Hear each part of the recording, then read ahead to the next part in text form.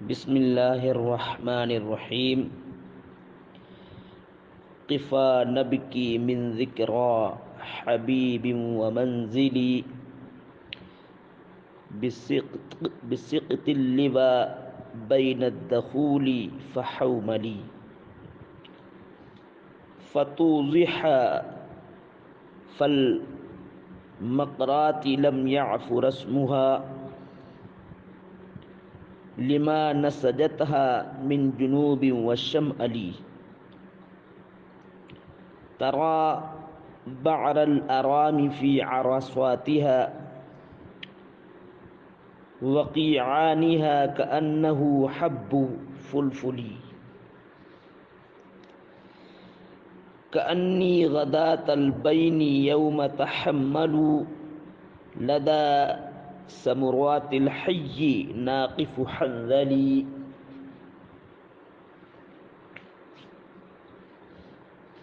یہ ہم پہلا قصیدہ پڑھنے کے لیے جا رہے ہیں۔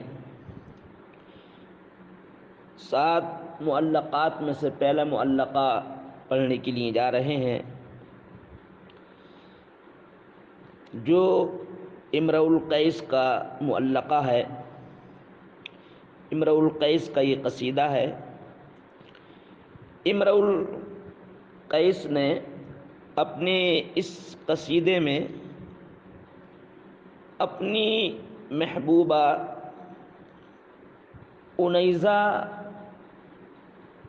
کے ساتھ گزرے ہوئے خوبصورت لمحات کا ذکر کیا ہے، یعنی زندگی کے جو گوشے اس کے ساتھ گزارے ان گوشوں کا ذکر کیا ہے، اور اپنی محبوبہ انیزہ کے ساتھ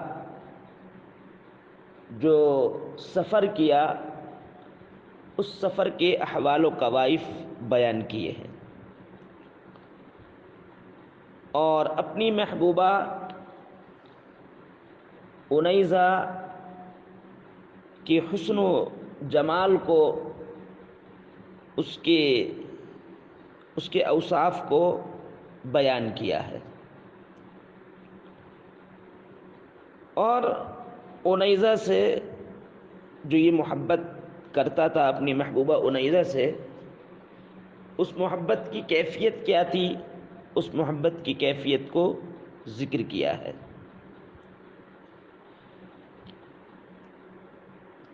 جو زندگی کے جو لمحات گزارے ہیں محبت کے، ان لمحات محبت کو اس میں ذکر کیا ہے۔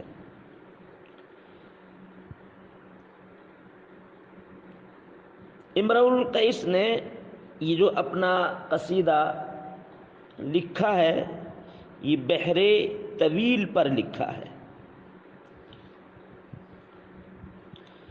بحر طویل کیا ہے؟ یہ بحر طویل سب سے لمبی بحر کہی جاتی ہے،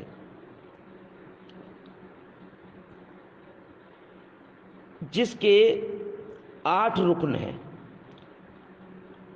بحر طویل کے 8 اجزاء، 8 رکن یعنی 8 تفعیلیں ہیں اس کے۔ تو تھوڑا سا ہم ذرا علم عروض کا جائزہ لے لیں اس قصیدے میں، پھر جلدی سے آگے بڑھتے ہیں۔ اختصاراً قرأتاً عروضی جائزہ لے کر کے اس قصیدے کا پھر جلدی آگے بڑھیں گے۔ تو امرؤ القیس نے جو یہ اپنا قصیدہ لکھا بحر طویل میں لکھا ہے، اور یاد رکھیں کہ بحر طویل کے جو تفعیلیں ہوتے ہیں وہ 8 ہوتے ہیں، یعنی اس کے ارکان، اس کے اجزاء 8 ہیں۔ فعول، مفاعیل، فعول، مفاعیل، یہ 4 تفعیل ہو گئے۔ پھر 4 تفعیلیں ہیں دوسرے مصرعے میں، فعول، مفاعیل، فعول، مفاعیل۔ تو جس بحر پر جو اشعار لکھے جاتے ہیں ہر بحر کے کچھ شرائط ہوا کرتے ہیں، کچھ حذف اس میں جو ہے حذف ہوتا ہے۔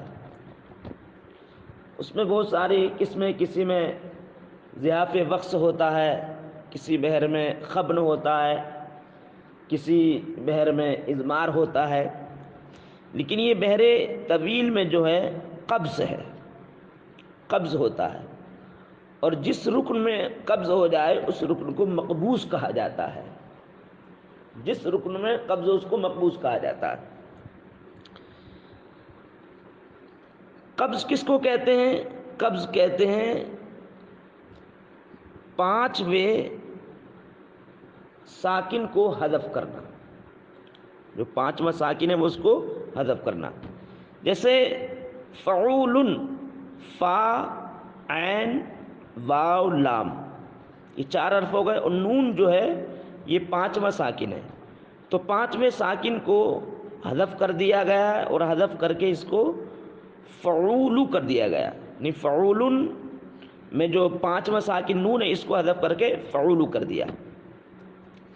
اسی طرح مفاعیل، تو میم، فے، عین، یہ تین حرف ہو گئے، عین یا، عین کے بعد یا پانچواں ساکن ہے، تو اسی طریقے سے یہاں پر بھی پانچویں ساکن میں قبض کیا، یعنی یا کو حذف کر دیا، تو یہ مقبوض کہلایا رکن۔ یہ تو مفاعل میں یا کو جب حذف کر دیا تو کیا ہو جائے گا؟ مفاعل۔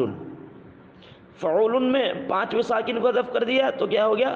فعول۔ اور مفاعل میں پانچویں ساکن کو حذف کر دیا تو کیا ہوا؟ مفاعل۔ تو یہ بحر طویل میں قبض جو ہے جائز ہے، اور جب اس قصیدے اس بحر پر جب لکھا جاتا ہے تو وزن پر لانے کے لیے قبض اس میں اکثر و بیشتر کیا جاتا ہے۔ اب پہلا جو شعر ہے اس قصیدے کا، کفا نبکی من ذکر حبیب و منزلی بسقط اللواء بین الدخول فحوملی۔ اب اس کی آپ تختی کریں تو تختی کیسے کریں گے؟ تختی ایسے کریں جیسے فعول، تو کفا، اور یاد رکھیں تختی میں جو حرکت کا تقابل حرکت سے ہوتا ہے، ساکن کا تقابل ساکن سے ہوتا ہے، آمزی کہ وہ حرکت زبر ہو یا حرکت زبر کی شکل میں ہو یا پیش کی شکل میں ہو یا زیر کی شکل میں ہو، اس سے کوئی فرق نہیں پڑتا، حرکت کا تقابل حرکت سے ہوتا ہے۔ تو کفا یہ فعو کے وزن پر ہے، نب لن کے وزن پر ہے، تو کفا نب یہ ہو گیا فعول۔ اچھا، مفاعیل یہ ہو گیا نب، یہ اتنا ہو گیا فعول، کا من یہ ہو گیا مفا، ذکرائیل، تو کی من ذکرا یہ ہو گیا مفاعیل۔ اب فعول حبیب، حبی یہ ہو گیا فعو، بن لن۔ اچھا، ومنزلی و من یہ ہو گیا مفا۔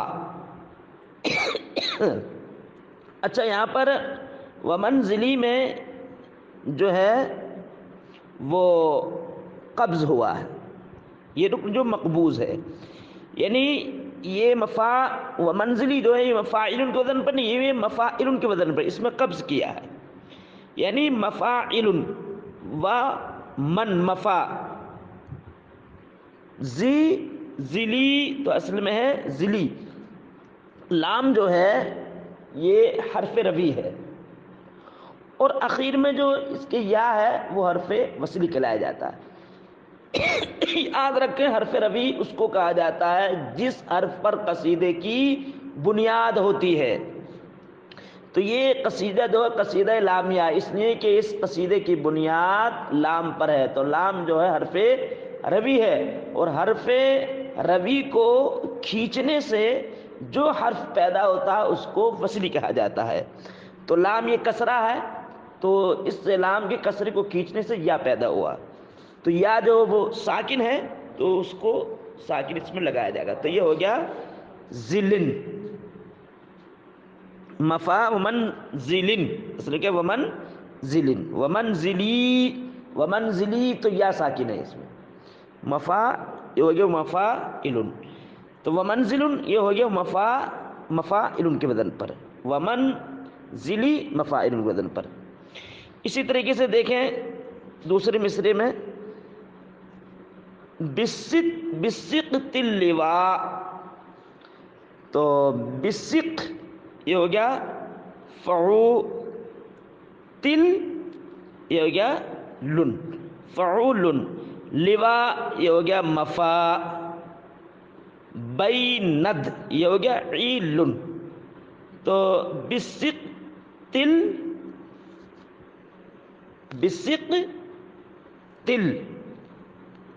یہ ہو گیا مفاعل، بسق تل تک ہو گیا فعول، لواء بیند یہاں تک ہو گیا مفاعیل۔ دخولو یہ اس میں قبض ہوا ہے، یہ مقبوض ہے، دخولو فعولو، تو فحوملی اس میں بھی قبض ہوا ہے، یہ بھی مقبوض ہے، مفاعل کے وزن پر ہے، فحوملی یہ حرف ربیع کھینچنے سے آخر میں حرف وصلی یا پیدا ہو رہا ہے، تو ہو گیا مفاعل۔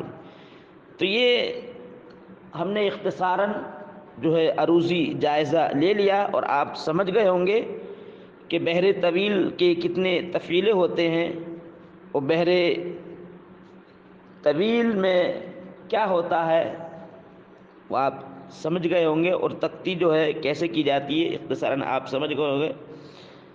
اب مجبوری ہے آپ حضرات سامنے نہیں، اگر سامنے ہوتے تو میں بورڈ پر لکھ کر کے آپ کو بتلاتا، تختی کر کے بتلاتا۔ تو اس کے جو اشعار وہی کہہ رہے ہیں ہیا من البحر الطویل، تو یہ قصیدہ جو ہے بحر طویل میں سے ہے، بحر طویل میں سے، بحر طویل میں ہے یہ قصیدہ، وَهُوَ فِي الْأَصْلِ ثَمَانِيَةُ أَجْزَاءٍ، اور اس کے اصل جو اجزاء ہیں وہ 8 ہیں، فعول مفاعیل فعول مفاعیل مرتين، دو مرتبہ یعنی اس کے 8 رکن ہو گئے، اور ان دونوں کا جو مقبوض ہے وہ فعول مفاعل۔ اب یاد ہوا اس کے جو اشعار ہیں وہ 81 قفا نبکی من ذکرى حبیب ومنزلی بسقط اللواء بین الدخول فحوملی۔ قفا یہ وقفا یقفو سے ہے، ضربا یضربو سے، قف صیغہ امر، قف اصل میں یہ تھا اذقف، اضرب کے وزن پر، تو واو کے مابعد کسرہ ہے، مابعد واو کے مابعد یہ جو ہے فاعل معطل ہے، تو واو کے مابعد کسرہ آنے کی وجہ سے واو کو جو ہے گرا دیا، اور حمزہ وصل کو اس لیے گرا دیا کہ ابتدا بالسکون علت جو ہے وہ نہ رہی، ابتدا بالسکون کی وجہ سے واو جو تھا ابتدا بالسکون، واو ساکن تھا اس لیے حمزہ کو لے کر کے آئے تھے، اور ابتدا بالسکون علت نہ رہی اس لیے الف کو حمزہ وصل مکسور کو بھی حذف کر دیا، قف ہو گیا۔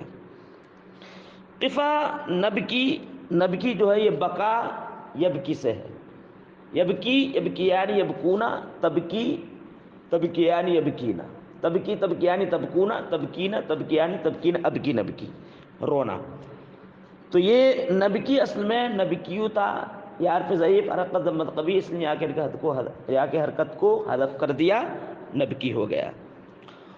یاد رکھیں وہ فعل مضارع جو امر کے جواب میں واقع ہو تو وہ مجزوم ہوتا ہے، تو نبکی تھا اصل میں، تو یا جو ہے وہ حذف ہو گیا جواب امر کی وجہ سے، جواب امر کی صورت میں مجزوم ہونے کی وجہ سے۔ ذکرہ یاد کے معنی میں ہے مصدر، حبیب یہ فعیل کے وزن پر ہے، مفعول کے معنی میں، اور جو مفعول کے معنی میں ہوتا ہے اس میں تذکیر و تانیث دونوں مراد ہوتے ہیں، یعنی محبوب بھی مراد ہوگا اور محبوبہ بھی مراد ہوگا۔ منزل اس کی جمع منازل۔ سقطن، سقط کی جمع آتی ہے اسقاط، جس کے معنی آتے ہیں کنارہ۔ لوا کی جمع ہے الوا، اس کے معنی آتے ہیں ریت، ٹیلا۔ دخول اور حومل یہ دونوں جگہوں کے نام ہیں۔ اور بسقط اللوا یہ منزل کی صفت ہے، اصل عبارت ہوگی منزل واقع، تو اس میں ایجاز حذف ہے، محاسن بلاغت میں سے ایجاز حذف۔ ایجاز حذف کس کو کہا جاتا ہے؟ ایجاز حذف کہا جاتا ہے کلام میں سے کسی کلمے کو حذف کر دینا، جملے کو حذف کر دینا، جملے سے زائد کو حذف کر دینا، لیکن اس کے حذف ہونے پر کوئی ایسا قرینہ موجود ہو اس کلام میں جو قرینہ محذوف پر دلالت کر رہا ہو۔ اور محاسن بلاغت میں سے اس میں مراعات النظیر بھی ہے، یعنی بکا، ذکر اور حبیب، ان تینوں کے درمیان مراعات النظیر ہے، یہ محاسن بلاغت میں سے ہے۔ تو آپ طلبہ حضرات سے گزارش ہے کہ تعریفات جو ہیں یہ یاد کر لیں علم بلاغت میں سے۔ البلاغۃ الواضحہ جو کتاب ہے اس میں سے یہ سب تعریفات یاد کر لیں۔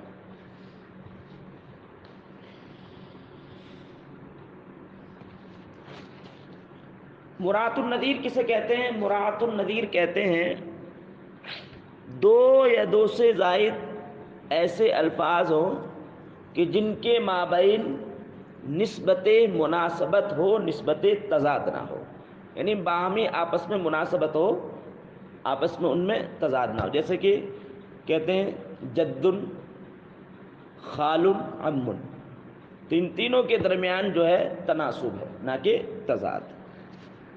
اسی طرح محبوب کو یاد کرنے کی وجہ سے رونا، تو ان تینوں کے درمیان مراعات النظیر ہے، تو اس میں ایجاز حذف بھی ہے اور مراعات النظیر بھی ہے۔ قفا نبکی من ذکرہ حبیب و منزل، قفا جو ہے یہ صیغہ تثنیہ یہاں پر لے کر کے آئے ہیں۔ تو علماء بیان فرماتے ہیں کہ تثنیہ حالانکہ اس میں واحد مخاطب جو واحد ہے، لیکن تثنیہ اس لیے لے کر کے آئے کہ اہل عرب صیغہ تثنیہ کو واحد کے لیے بھی استعمال کرتے ہیں اور جمع کے لیے بھی استعمال کرتے ہیں۔ جیسے قرآن پاک میں القیہ فی جہنم، جہنم کے دروغہ کے لیے کہا گیا کہ جہنم میں ڈال دو، تو جہنم کا دروغہ تو ایک ہے، اور یہاں پر صیغہ تثنیہ استعمال کیا، تو اس سے معلوم یہ ہوا کہ اہل عرب صیغہ تثنیہ کو واحد کے لیے بھی استعمال کرتے ہیں۔ اور دوسری وجہ یہ ہے کہ یہ قفا میں جو الف ہے یہ تاکید پر دلالت کر رہا ہے، یعنی اصل میں تھا قف قف، تو ایک قف کو حذف کر دیا اور اس کے بدلے میں الف لے کر کے آئے، تو قف قف کلام میں تاکید پیدا کرنے کے لیے لائے۔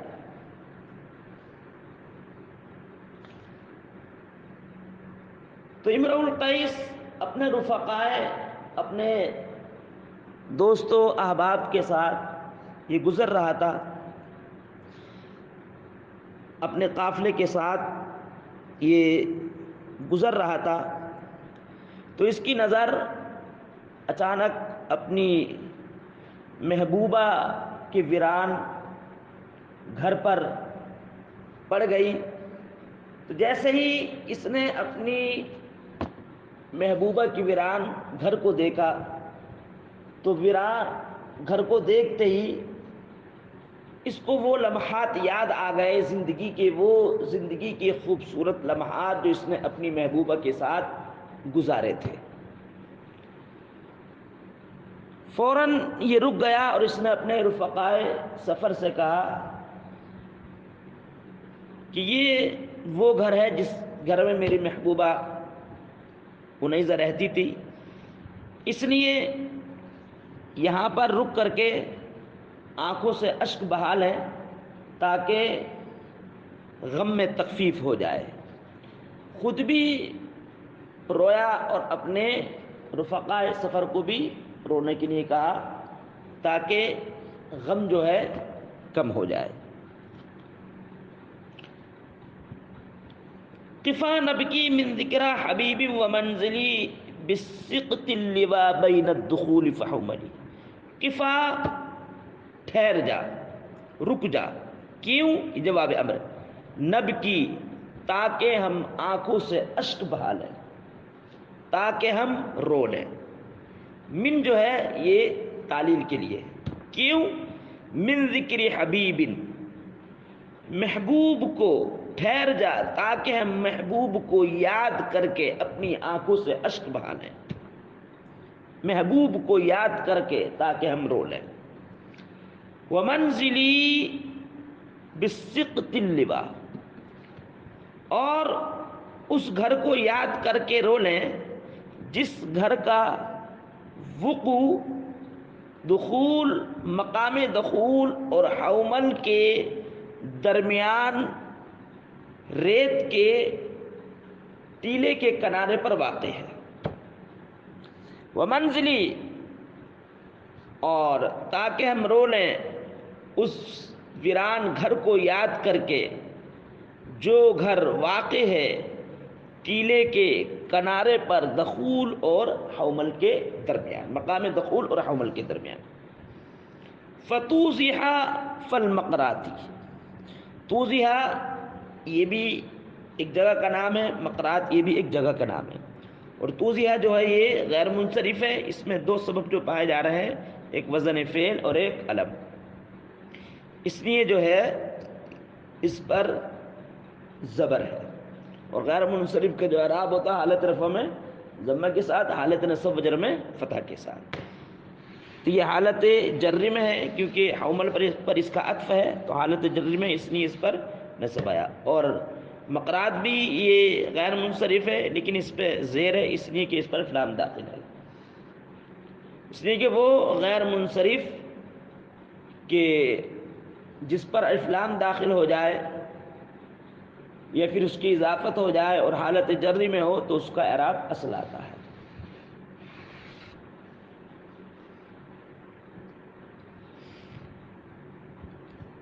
لم يعفو رسمها لما نسجتها من جنوب والشمال، رسم کی جمع رسوم، جس کے معنی آتے ہیں نشانات، نشان۔ افا یعفو کہ افا یعفو کا معنی آتا مٹنا، افا یعفو اصل میں یعفو ہوتا، تو یہاں پہ واو حرف ضعیف حرکت ضمت قوی، اس لیے کہ واو کی حرکت کو حذف کر دیا۔ لما نسجتا من جنوبی و شمالی، نسجا ینسجو کے معنی آتے ہیں بننا، لیکن یہاں پر یہ کنایا ہے آمد و رفت سے، یعنی باد جنوبی جو ہے، باد جنوبی اس گھر سے، اس گھر کے ذرات کو لے جاتی ہے، تو باد شمالی چلتی ہے تو واپس لے آتی ہے، تو یہ کنایا ہے آمد و رفت سے۔ کنایا کس کو بولتے ہیں بلاغت میں؟ کنایا اس کو بولتے ہیں کہ جس کے معنی حقیقی اور معنی مجازی کے درمیان لزوم ہو،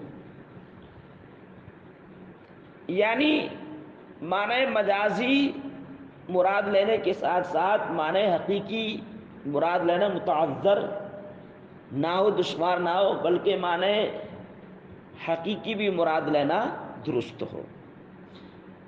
جیسے کہ کہتے ہیں زید پاک دامن ہے، تو پاک دامن ہے، کنایا کس سے؟ یہ پاک پوتر پارسا عفیف سے ہے کہ زید جو پارسا ہے. تو یہاں پر پاک دامن تو یہ تو معنی مجازی، لیکن جو حقیقی معنی ہے وہ مراد لینا درست ہے، یعنی صاف ستھرے کپڑوں والا، جبکہ وہ بشرطے کے صاف ستھرے کپڑے پہنتا ہو.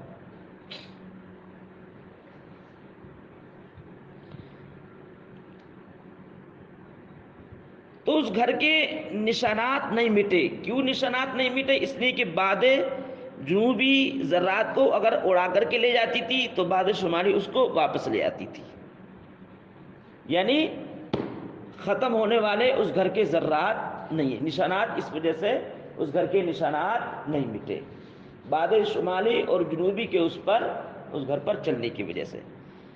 جیسے نسج سے سوئی سے کپڑا سیتے ہیں تو ایک تاغا جو ہے اوپر جاتا، ایک تاغا نیچے آتا چلا جاتا.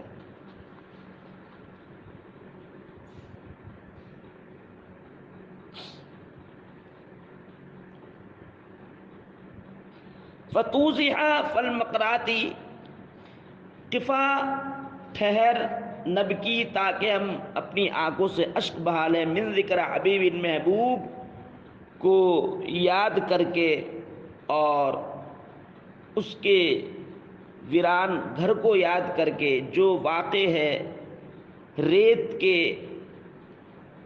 ٹیلے کے کنارے پر، دخول اور حمل کے درمیان، اور توضیح اور مقرات کے درمیان، یعنی چاروں مقامات کے درمیان محبوب کا ویران گھر واقع ہے ٹیلے کے کنارے پر. لم یعفو رسمها، تو اس ویران گھر کے نشانات نہیں مٹے. کیوں نشانات نہیں مٹے؟ لما، لام جو ہے یہ تعلیل کے لیے ہے.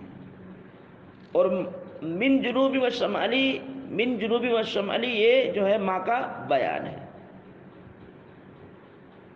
یعنی ماں سے کیا مراد ہے؟ وہ جنوب اور شمال، شمال مراد ہے، شمال جوہر کے وزن پر ہے. لم یعفو رسمها، تو اس گھر کے نشانات نہیں مٹے. کیوں؟ لما نسجت من جنوبی و شمالی، باد جنوبی اور باد شمالی کی آمد و رفت کی وجہ سے، یعنی باد جنوبی باد شمالی کے اس پر چلنے کی وجہ سے.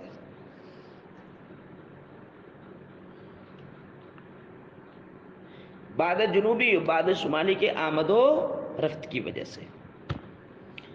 ترى بعر الارام في عرصاتها وقيعانها كأنه حب فلفلی. بعرن کی جماعت ابعار، جس کے مناتے ہیں مینگنیاں. ارام ریم کی جمع، سفید ہرن کو بولتے ہیں. ارسات ارستن کی جمع، اس کے معنی آتے ہیں میدان، آنگن. وقیعان قاؤن کی جمع، ہموار زمین کو کہتے ہیں. حبن کے معنی دانہ، فلفل مرچ. ترى بعر الارام في عرصاتها وقيعانها كأنه حب فلفلی. تو اس یعنی محبوبہ جب اس گھر سے جدا ہو گئی اور اس گھر سے جدا ہوئے ایک طویل عرصہ گزر گیا تو اس گھر میں جانور رہنے لگے، یعنی بعد میں جانوروں کا مسکن بن گیا. سفید ہرن اس میں رہنے لگے.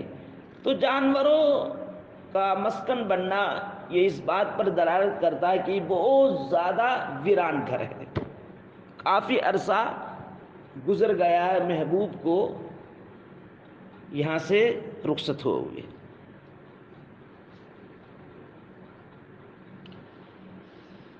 تو اس شعر میں جو مینگنیاں ہیں ان مینگنیوں کو تشبیہ دی ہے کالی مرچ کے دانوں سے. کس میں؟ برابری میں. جیسے کالی مرچ کے دانے ہوتے ہیں ویسے ہی اس میں مینگنیاں جو ہیں پڑی ہوئی ہیں کالی مرچ کی طرح. تو اس شعر میں تشبیہ کون سی ہے؟ تشبیہ مرسل مجمل ہے. کأنہ حب فلفلی، تو مینگنی جو اس میں مشبہ ہے اور حب فلفلی یہ مشبہ بھی ہے مرچ کے دانوں سے. تشبیہ مفرد بالمفرد، مرسل مجمل. مرسل کس کو بولتے ہیں؟ مرسل اس تشبیہ کو کہتے ہیں جس میں ادات تشبیہ موجود ہو. تو کأنہ یہ ادات تشبیہ موجود ہے، اور مجمل اس لیے مجمل اس کو کہا جاتا ہے جس میں وجہ شبہ موجود نہ ہو. تو وجہ شبہ اس میں محذوف ہے اور ادات تشبیہ موجود ہے، اس لیے یہ تشبیہ مرسل مجمل کہلائے گی.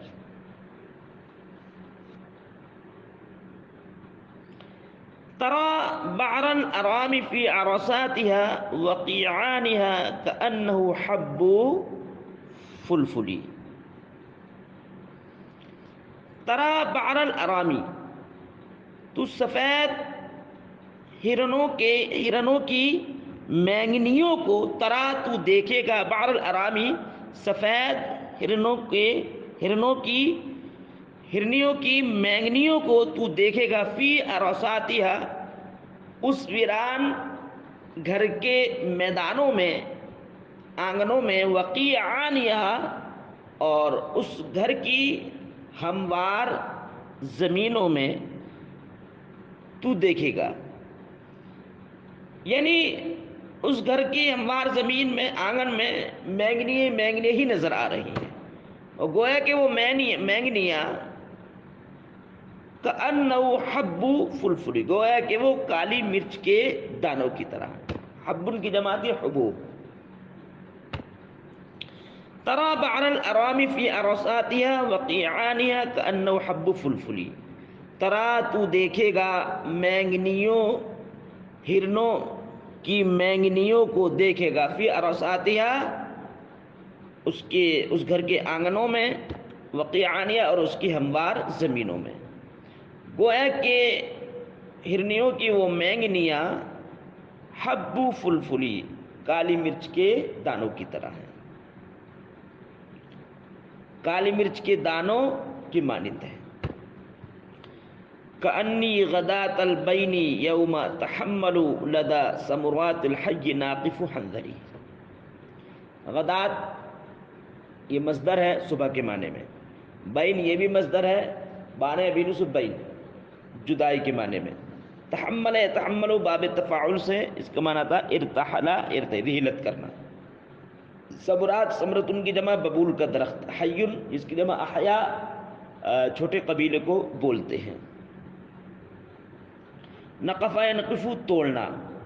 حنظل یہ اس کی جمع آتی ہے حناظل، یعنی اندرائن کو کہا جاتا ہے. اندرائن زرد رنگ کے سخت کڑوے پھل کو کہا جاتا ہے، اور اس کو جب توڑا جاتا ہے تو آنکھوں سے آنسو نکلتے ہیں. تو اس میں بھی یہاں پر بھی تشبیہ مرسل مجمل ہے. ناقف حنظل جو ہے یہ کأنہ کی جو ہے خبر ہے، یا جو ہے کأنہ کا اسم ہے، اور ناقف حنظل مضاف مضاف الیہ سے مل کر اس کی خبر ہے. مفہوم اس شعر کا یہ ہے، یعنی جس دن محبوبہ اس گھر سے جدا ہوئی تھی تو اس دن میں قبیلے کے ببول کے درخت کے پاس بیٹھ کر کے آنکھوں سے اشک بہا رہا تھا.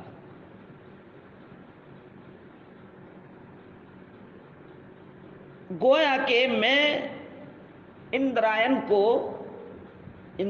پھل کو توڑ رہا ہوں. یعنی جیسے کہ اندرائن پھل کو توڑتے وقت آنکھوں سے آنسو نکلتے ہیں، ویسے ہی محبوبہ کی جدائی کے وقت میری آنکھوں سے اشک روا دبا ہے، ویسے ہی میری آنکھوں سے آنسو بہہ رہے ہیں. تو اپنے آپ کو شاعر نے اپنی آنکھوں سے اشک بہانے کو تشبیہ دی ہے اندرائن پھل کو توڑنے کے وقت جو آنسو نکلتے ہیں اس کیفیت سے۔ کانی غدات البین یوم تحملو، تحملو یہ قافلے کی طرف ضمیر لوٹ رہی ہے۔ کانی گویا کہ میں غدات البینی جدائی کی صبح میں، یوم فراق میں، جدائی کی صبح میں، یوم تحملو ان کی رحلت کے دن، گویا کہ میں جدائی کی صبح میں، یوم تحملو قافلے کی رحلت کے وقت، ناقف حنظلی میں اندرائن پھل کو توڑ رہا ہوں، لدا سمرات الحی قبیلے کے ببول کے درخت کے پاس۔ تو ترجمہ اور سن لیں دوسری مرتبہ، کأنی غدات البین یوم تحملو، گویا کہ میں جدائی کی صبح میں اندرائن پھل کو توڑ رہا ہوں، قبیلے کے ببول کے درختوں کے پاس، یوم تحملو ان کی رحلت کے وقت۔ تو آج یہ 4 اشعار ہو گئے۔ تو یہ اشعار جو ہیں آپ حفظ میں یاد کریں، اس کو بار بار پڑھیں، جو مفردات ہیں وہ اس میں یاد کریں، جو جمع ہیں اس کی مفردات دیکھیں، جو مفردات ہیں اس کی جمع دیکھیں، اور مفردات جو یاد کریں، اس لیے کہ ہمارے پاس مفردات کی جو ہے بہت کمی ہے۔ تو ان اشعار کو جو ہے آپ حفظ میں یاد کریں، اور اس میں جو مفردات ہیں ان کو بھی یاد کریں، اور جو اس میں جو محاسن بلاغت ہے اس کو بھی آپ سمجھیں۔ اب باقی جو اشعار ہیں وہ انشاءاللہ العزیز کل پڑھے جائیں گے۔